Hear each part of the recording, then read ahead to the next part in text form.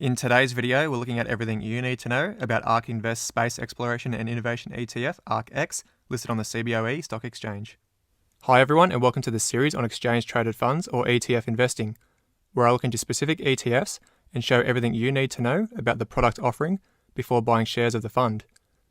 ETFs are personally my favourite way to passively invest, as it takes the stress and worry out of stock market investing, which can be very volatile with wild price swings holding individual stocks. We will go over the ETF fact sheet, including the management fee, the index the ETF tracks, dividend yield, payment frequency, and the fund's performance. I will also go over the top 10 holdings in the fund, as these typically make up the largest portion of the weightings and resulting performance of the ETF overall. It is always crucial to understand what you actually own in these ETFs before buying them.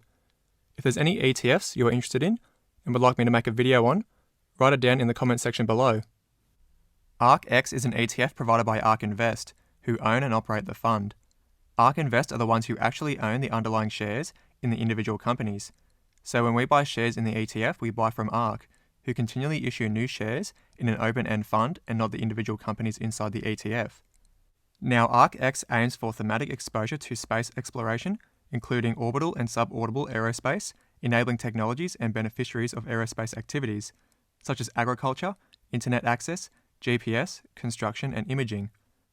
ARK Invest believes the securities held in ARKX present the best risk-reward opportunities from ARK's innovation-based themes.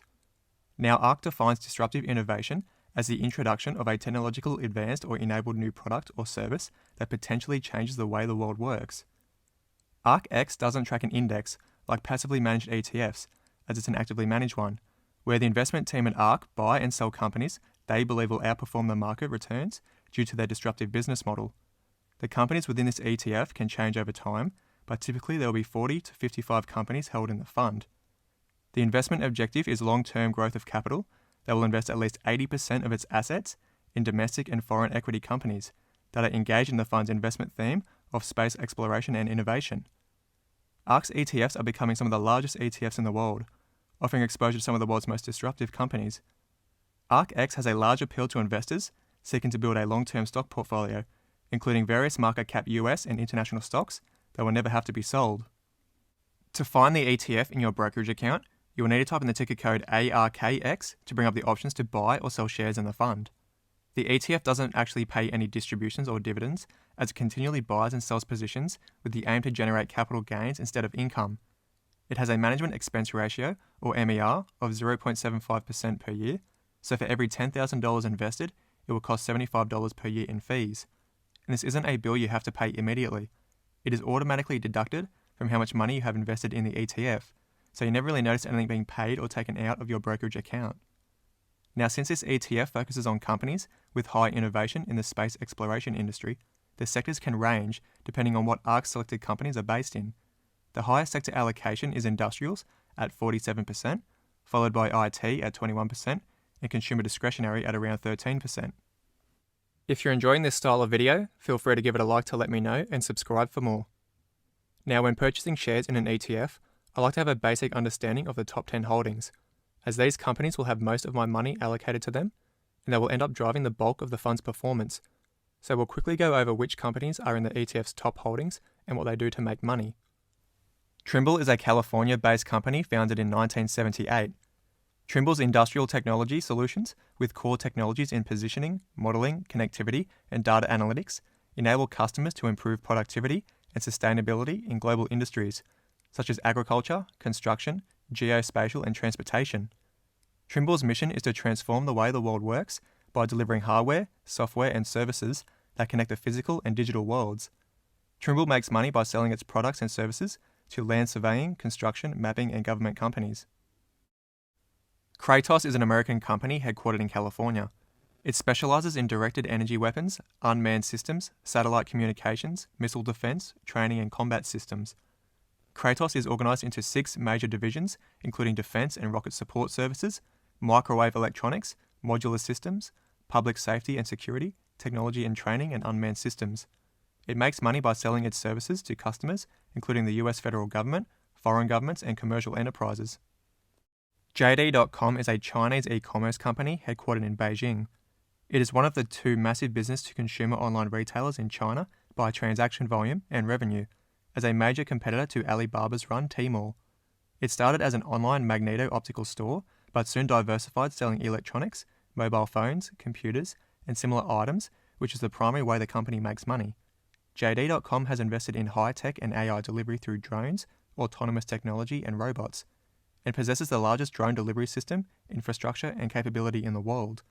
It has recently started testing robotic delivery services and building drone delivery airports, as well as operating driverless delivery with autonomous trucks. Komatsu is a Japanese multinational corporation that manufactures construction, mining, and military equipment, as well as diesel engines and industrial equipment like press machines, laser and thermoelectric generators. Its headquarters are in Tokyo and is the world's second largest manufacturer of construction and mining equipment after Caterpillar. However, in some areas such as China and Japan, Komatsu has a larger share than Caterpillar. It has manufacturing plants in Japan, the Americas, and Europe, and makes money by selling its equipment to various government agencies and companies around the world. L3Harris is an American defense contractor and IT service provider that produces tactical radios, avionics and electric systems, night vision equipment, and both terrestrial and spaceborne antennas for use in government defense forces and commercial sectors. They specialize in surveillance solutions, microwave weaponry, and electronic warfare. It was formed from the merger of L3 Technologies and Harris Corporation in June 2019, and is expected to be the sixth largest defense contractor in the world. It makes money by selling its defense and surveillance equipment to various governments and companies around the world. Iridium is an American company headquartered in Virginia. It operates the Iridium satellite constellation, which is a system of active satellites in space used for worldwide voice and data communication from handheld satellite phones, Wi-Fi hotspots, and other transceiver units. Iridium manages several operation centers in Arizona and Virginia. The Iridium system requires 66 satellites in orbit to complete its constellation, and spare satellites are kept in orbit to serve in case of failure. The satellites are in 6 polar low Earth orbital planes at a height of approximately 485 miles or 780 kilometers. Interestingly, SpaceX have previously launched some of their satellites into orbit. The system is being used by the US Department of Defense, which is where Iridium makes their money. Boeing is an American multinational company with headquarters in Illinois. It makes money by designing, manufacturing, and selling airplanes, rockets, satellites, telecommunications, and missiles worldwide. The company also provides leasing and product support services. Boeing is amongst the largest global aerospace manufacturers and is the second largest defense contractor in the world based on 2018 revenue, and is the largest exporter in the United States by dollar value. Thales is a French multinational company headquartered in Paris that designs and builds electrical systems and provides services for the aerospace, defense, transportation, and security markets. Thales supplies electronic devices and equipment used by the French armed forces, including the Spectre helmet for the army. Thales is also working on X-ray imaging, energy, and operating commercial satellites, and makes money by selling these products around the world. Thales international subsidiaries generated 52% of the company's revenue in 2008, with Thales UK being the largest, of these accounting for 13% of group revenue. Lockheed Martin is an American aerospace, defense, security, and advanced technology company headquartered in Washington, D.C. It was formed by the merger of Lockheed Corporation and Martin Marietta in 1995. Lockheed Martin is one of the largest companies in the aerospace, military support, and security industry, and makes money by selling its equipment and services to various government agencies and companies around the world. It is the world's largest defense contractor based on revenue, with half of the company's annual sales coming from the US Department of Defense, and it is also a contractor of the US Department of Energy and NASA. ARK Invest 3D Printing ETF is also included within their own space ETF, which at first seems a little bit odd. However, ARK's belief is that the 3D printing industry has a high growth potential in manufacturing parts associated with aerospace equipment. The companies within this ETF produce 3D printing hardware, design and printing simulation software, manufacturing plants, scanning and measurement devices, which will aid in improving the fine-tuned equipment requirements for space exploration. Now, ETFs are considered to be low-risk investments because they are low-cost and hold a basket of stocks or other securities, increasing diversification. For most individual investors, ETFs represent an ideal type of asset which builds a diversified portfolio. Still, unique risks can arise from holding ETFs, as well as other special considerations paid to taxation depending on the type of ETF. ARKX has only just started trading, so there is no historical data to reliably judge its performance with all of its holdings combined in their respective percentages.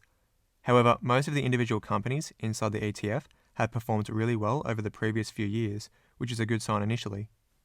Now, of course, past performance is no guarantee of future performance, but it's always a good sign of consistently improving business fundamentals, continually driving each individual stock higher within the ETF. I prefer to look at the cumulative returns as it includes the dividends paid to shareholders, which should always be included as we're getting some value back, plus with the dividends reinvested, this is what provides the compounding effect, exponentially increasing our returns the longer we have our money invested in the fund. This is the sort of approach I take investing for the very long term using ETFs, and one day live off the investment portfolio as passive income through either dividends or selling down small parts of the position, but maintaining the bulk of the capital. If you want to see how these companies make money in detail, watch the playlist shown in the end screen. Let me know in the comments what you think of this ETF and whether you currently own any shares or plan to buy.